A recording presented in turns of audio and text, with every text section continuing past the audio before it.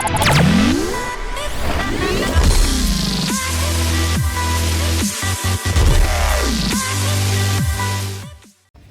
guys, Moneyman300 back for some more Forza 6 videos here, and got another C-Class League tune, and this is the 2003 Celica. Not running it in a league race because there just isn't enough people out there. If you've watched my other videos, you already know that. But I don't know which one of these I'm putting up first. I don't know what order they're going up in. But anyway, this is the 2003 Celica. This is the grip tune. So I did 3 tunes. Basically, one all-arounder was the S2001 Speed, which is the Integra, and a grip tune, which is the 2000 Celica. We are on the short Rio, so it should be pretty appropriate for this track. We'll see here. This car should be, again, not going to race or build league cars unless, you know, they can translate over into multiplayer, and I believe this week's with the Japanese Street Kings will do pretty well at that. My man is gonna, come on, man. Ah, you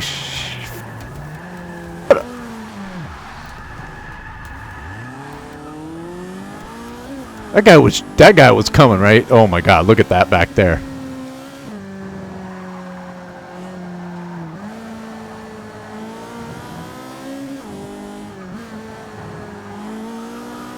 It says decent acceleration, good turning.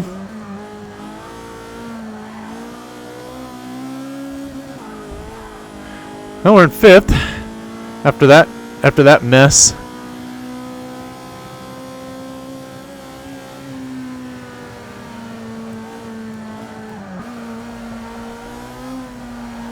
I want to pass this guy, but we need to find the right place to do it. Ooh. That guy, I didn't know that guy was ghosted out. I don't know this track that well, especially in reverse.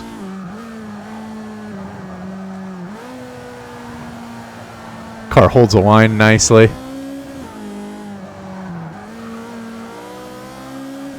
Little bump on the wall there.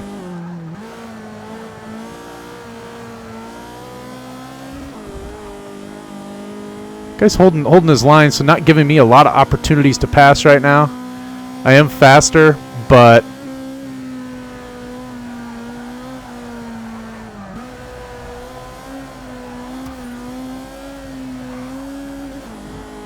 okay. Hopefully I won't hit that guy. We got guys catching us back here. We got a solid race going on.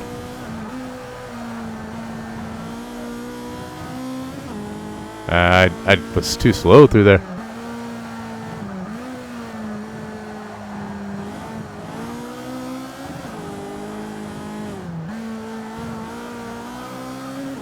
Made a nice run out of those turns.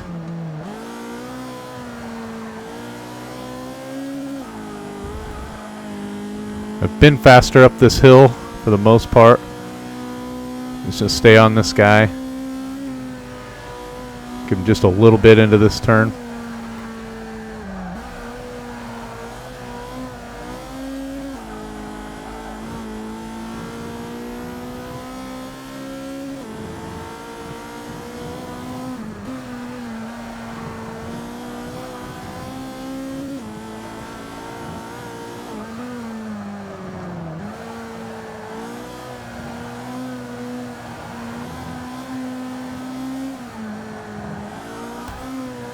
Now, see, that's just wrong. We're up here racing clean, and then you basically force your way in. Yeah, don't do that. Right? I mean, that's not like if you can't pass clean, don't pass, right? He just basically busted in because I could have done that earlier with the guy I was following. But I'm trying to find opportunities to make good passes here.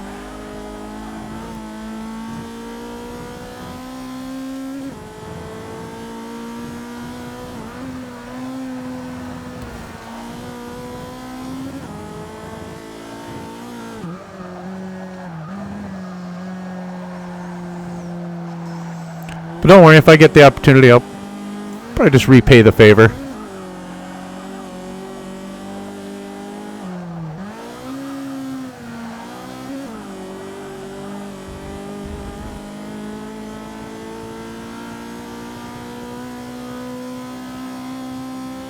Yeah, it would have been nice if I could have gotten past this guy.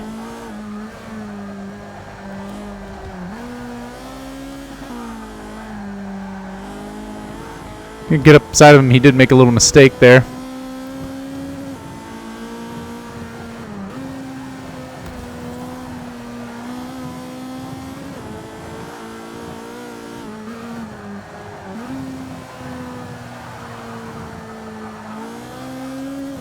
Get him on that one.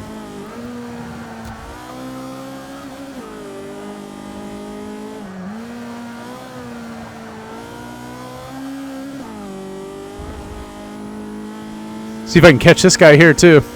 Kind of quiet through there, just driving. Solid race with that guy back there. Props to him for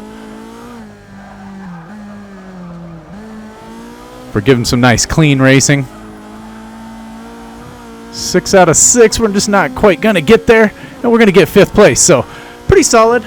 A little bit of a mess. It would have been interesting to see if I could have gotten past that guy. SRT Marzulski. Good solid race. Kinnear, way too aggressive, dude. You got to pick your spots and pass. You basically just pushed your way through 2 people. But that's how it goes sometimes. And 5th place, not bad. I like the way the car handled. That was really easy to drive. I was able to take nice solid lines and just move on in through there. Let's see what our lap times look like. See if we ran anything that was, at least I like to at least see if we were competitive there. Let's get through all this stuff. My phone is talking to me, so somehow I got my phone talking here. Hang on. 47, so not bad. So we're right there again. Highly competitive, so looks pretty good. This is going to be a solid tune. So let's hop over into the garage and take a look at our build and tune. Alright, so here we are over in the garage, and here's that 2003 Celica. Like this car a lot, man. It's a super cool car and a very cool paint job that we've got here. It's a Hotchkiss tuning paint job, and let's go first off, let's go over and take a look at, whoa, that's one too many back buttons right there. Now we gotta wait for it to reload, so we'll give this just a second here. Anyway, we'll hop on over and good Lord, this is taking a long time. I got all kinds of rewards available that I haven't went and picked up. All right, let's get over here, take a look at our paint job, our design. I'll show you guys how to get that real quick here. We'll do this one, and I usually search for replica and realistic or racing and realistic when I'm looking for like racing style paint jobs, and I think that's where I found this one.